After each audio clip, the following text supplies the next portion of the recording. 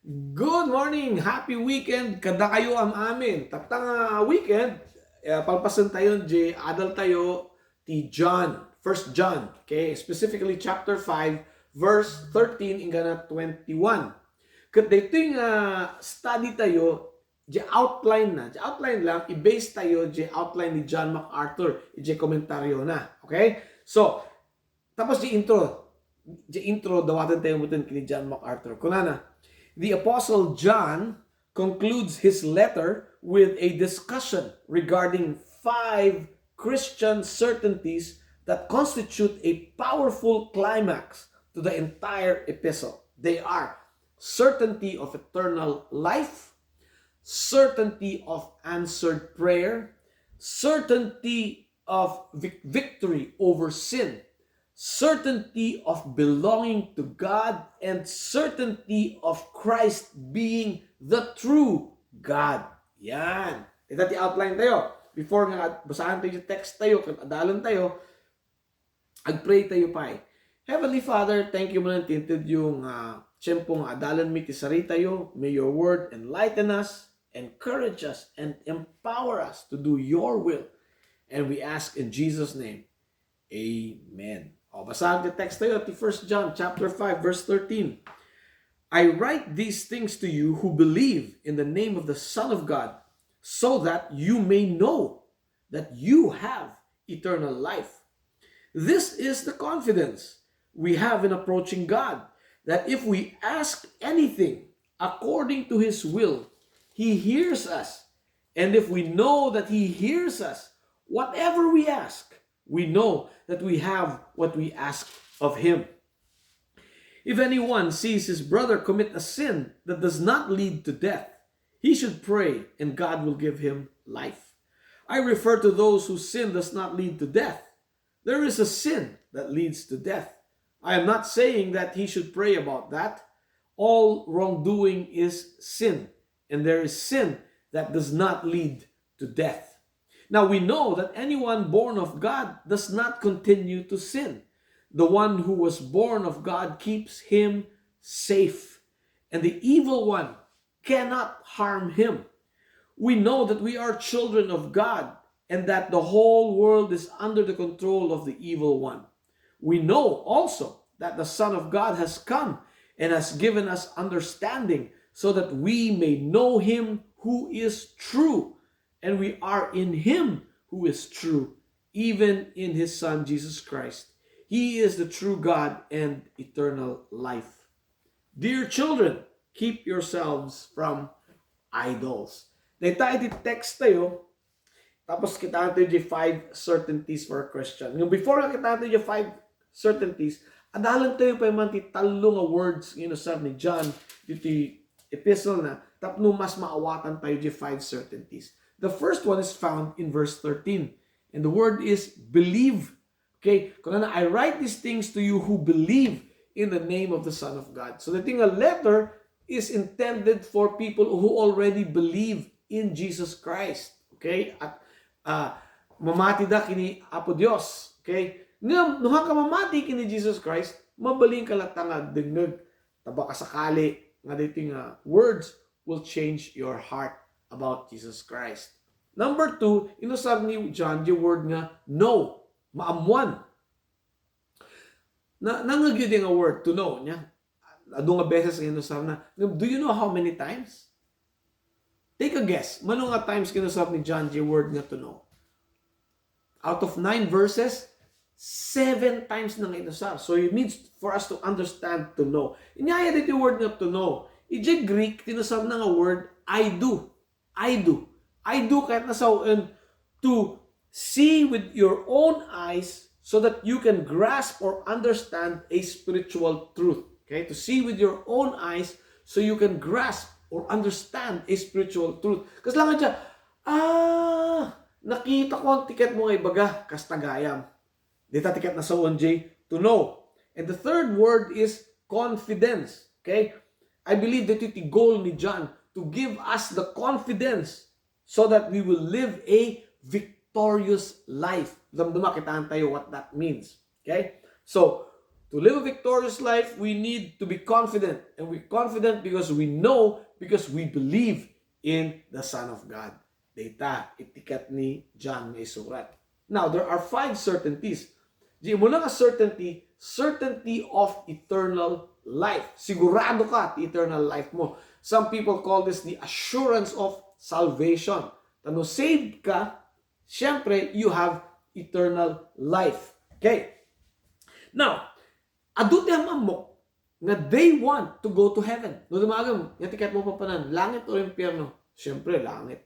Ngam, unfortunately, adukan niya gito yung tao. Iti, awag ko kas lang chance passenger.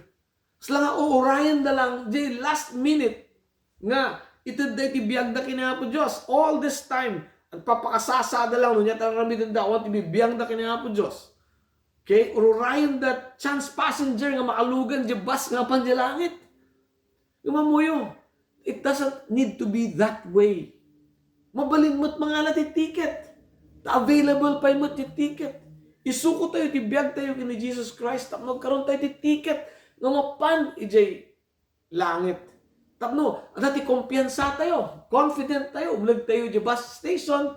Sigurado tayo hanto yung abadandanagan. Bakalugan ang kata, bakalugan ang kata.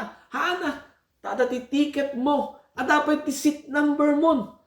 Sigurado ka nga pa di langit. And this is the gift to believers. The certainty that we have eternal life because we have believed in the Son of God.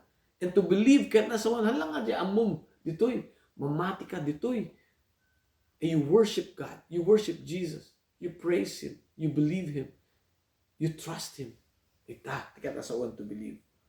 The second certainty of believers is the certainty of answered prayer. Nagpitas yung baga na dito, di ba? We have this confidence in approaching God that if we ask anything according to His will, He hears us. And if we know that He hears us, whatever we ask, nunyaman ti dawatam, amum, ada kanyamon. Wow! What a confidence, no? Ada gaming kondisyon na, kung ano dito eh. If we ask anything according to His will. Inya ti kanta sa one according to His will. No dito di direction na po Diyos, no ti dawat mo kat nakasabay di direction na po Diyos, He hears you, you get whatever you ask. No dito di direction na po Diyos, kung dito mo ti direction mo, awan ti mangyari ti kararag mo, kararag, no kontra ka, di direction na po Diyos, agpa north na po Diyos, agpa south ka mat. God will not answer your prayer. Let me explain this. Gamin, very important kanyak dito. A lot of people, they pray, but their prayer is not effective. Aslang hanga susumbatan niya po Diyos, di prayer da apay nga ta. Okay, I'll give you 3 examples. Gamin, very important kanyak. In the scripture, kulang ni Jesus Christ, seek first the kingdom of God and all His righteousness, and all these things will be given to you as well. Seek first His kingdom. Okay, nung ununaan tayo ti Diyos, okay? Then, ag-pray tayo. Sumabay tayo. I-answer niya po Diyos. Nung unaan tayo, will tayo. Nung ti kayat tayo. Tapos, orayin tayo na po Diyos nga, ibaga na, sige, pagbigyan ka. No, it doesn't work like that. Okay? No, kayat tayo nga, sungbatan ti Diyos, iti kararag tayo, we need to be in His will and we need to seek Him first because that is His will. Nyapit ti will ti Diyos. Second example. Ti will ti Diyos, amin, mas may salakan. Dito ti kayat ti Diyos. Iso nga ti prayer tayo. Kat maisalakan ko maapo mat. Dagit do mga kakabagyan mi, nga friends mi, neighbor mi. Will God answer that? Yes, of course. Ti problema lang, dagit ti tao, nung ay handamat nga kaya, ti maramit tayo. Diba? But God answered your prayer. Dagit tao, handa lang ka nag-respond. Okay? Did you fail in your prayer? No. You did not fail in your prayer. God answered the prayer. God called them. Di ba? But did they answer God? Ita. May sabi example tad, di hanggang naka-base ti sa bali nga tao, naka-base lang kanya. How many of us pray for wisdom? Tulungan naman, ikanak man ti wisdom. You know that in the Bible guarantees that if you pray for wisdom, God will give it to you. The Bible guarantees that. The question is really, okay, ito niya po Diyos yung wisdom. Ito taramidam, Raymond. Sumurot ka ba? Nung naka-align ka ti Diyos, sumurot ka. Nung naka-align ti Diyos, Lord, sabali man, dito man sabali kat ko. And it doesn't work. Okay? We are certain of His answered prayer if we pray in His will. Number 3, certainty of victory over sin. Nung tayo lang, verse 18, we know that anyone born of God does not continue to sin. The one born of God keeps him safe and the evil one cannot harm him. No, that tayo lang, we cannot have victory over sin. Ang tayo nga kaya. Lagi pa nyo ni Adam kini Eve. Diba? Bimigay da di Garden of Eden. Paradise di lugar dan paradise. Tinempt lang di demonyo bimigay da. Da tayo pa yung agagyan tayo dito yung lubong na narigat. Diba? So narigat tayo nga talagang lumaban to temptation. We need to rely on our relationship with Jesus as our Lord, okay? And the power of the Holy Spirit in us to help us to resist the temptation. Because we have the capacity to resist temptation, okay? But, do we obey the Holy Spirit? That's the question. Ano ba? Nagrigat Ngam narigrigat man nun, no adayo kayo ti Diyos. No, asidag kayo ti Diyos, maprotektaran na kayo ni Diyos. No, madayo ka ti Diyos, kasi no ka madayo ti Diyos, dapat ti part of your life, ngay baga mga, Lord, gaya, tad ko amin ganyan, off limits ka dito nakababalin dito Or, dapat ti sekreto mo, iduldulin mo nga secret sin. No, that God knows everything. Talaga ti sekreto kinapa Diyos. Kasta ti attitude tayo, adayo ti Diyos kanya tayo. No, may ti demonyo, you're on your own. You need God's protection. We are certain about our victory over sin when we are close to God. Amen? Now, number 4, certainty of belonging to God. According to our text, duwa lang ang klase, iti tao. Children of God and children of the devil. Okay, yung tiket yung diba? Siyempre, kaya tayo, children of God, nagmayat kuma. Kung na-text tayo, no, amu tayo, na talaga nga anak tayo, iti Diyos. Di ba, nagmayat? But you know what? Mabalin tayo umaamuan nga talaga nga anak tayo, iti Diyos. I write these things to you that you may know, kuna ni John. Okay, John 1:12. Hanga di first John 1:12, the Gospel of John. Kuna na, yet to all who received Him, to those who believed in His name, He gave them the right to become children of God. Okay, to receive means to receive the free gift of God, the salvation. And to believe is to surrender our life to Jesus, to trust Him and obey Him. No, arabidin tayo dito, kung you have the right, karapatan nga ibaga, na anak ka ti Diyos, iparanyag mga anak ti Diyos, because I have received and believed in His Son. And that is the certainty of belonging to God. Natitip ko ngayon ko kanya. Don't base your certainty on your feelings. Base your certainty on the truth from the Bible. Because the truth can never be wrong. And last certainty is Jesus as God, the true God. Kung na verse 20, we know also that the Son of God has come and has given us understanding that we may know Him who is true. Apingakas na natin ni John, napakasigurado yung sunog sa sarita, yung sunog talagang he's so confident. You know why? Because John knows. Malagip yung definition tayo to know. To see with your eyes so you can grasp or understand a spiritual truth. John saw. Nakita ni John the power of Jesus Christ over disease and death. And the power over nature. Nakita na amin data. Na tayo ni Jesus Christ, nakita na ng nabiyag manan, imungar manan. Nakita ni John dagitoy. Iso nga kastalaunay iti kumpiyansa na. Nakita na. Kundi tamat tiket ni John na iabot kanya tayo. Nga mamati tayo at imbaga ni John. Nakita na. Tansunag lang langsot. Kundi awatan tayo at ita kumpiyansa. Tapno we can live a victorious life. Okay? And we will end here. Inyaya dito yung victorious life. I just gave 4 examples. To live a victorious life, we live a life that eliminates anxiety and guilt. Awanan iti tormento tayo about the future. That we are secure. Our future, eternal security is secure. Okay? hantay yung madandanagang, hantay yung makalugan di bus, lumapan di langit, at igam tayo di ticket tayo eh. Igam mo ticket mo, you're good. Okay? Hantay yung madanagan nga, maningatan di, pamasahik, maningatan di, naramid ko para di.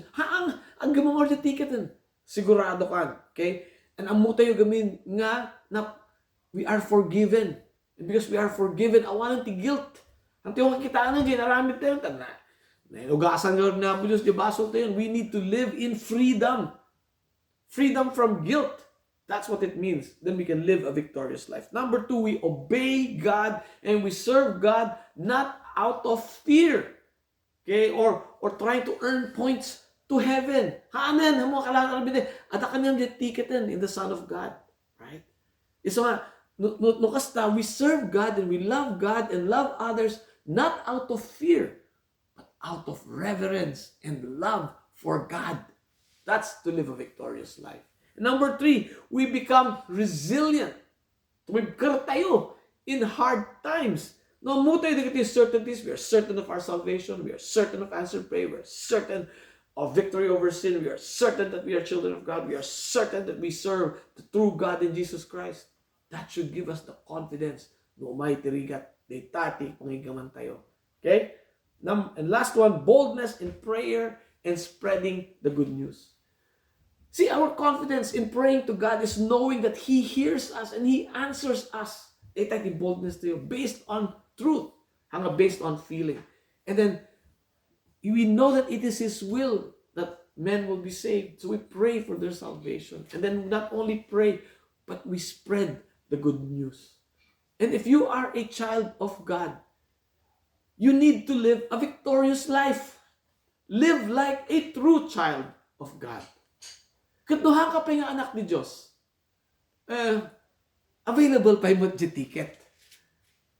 Dinggam timbaga niya po Diyos, di Mark 1:15.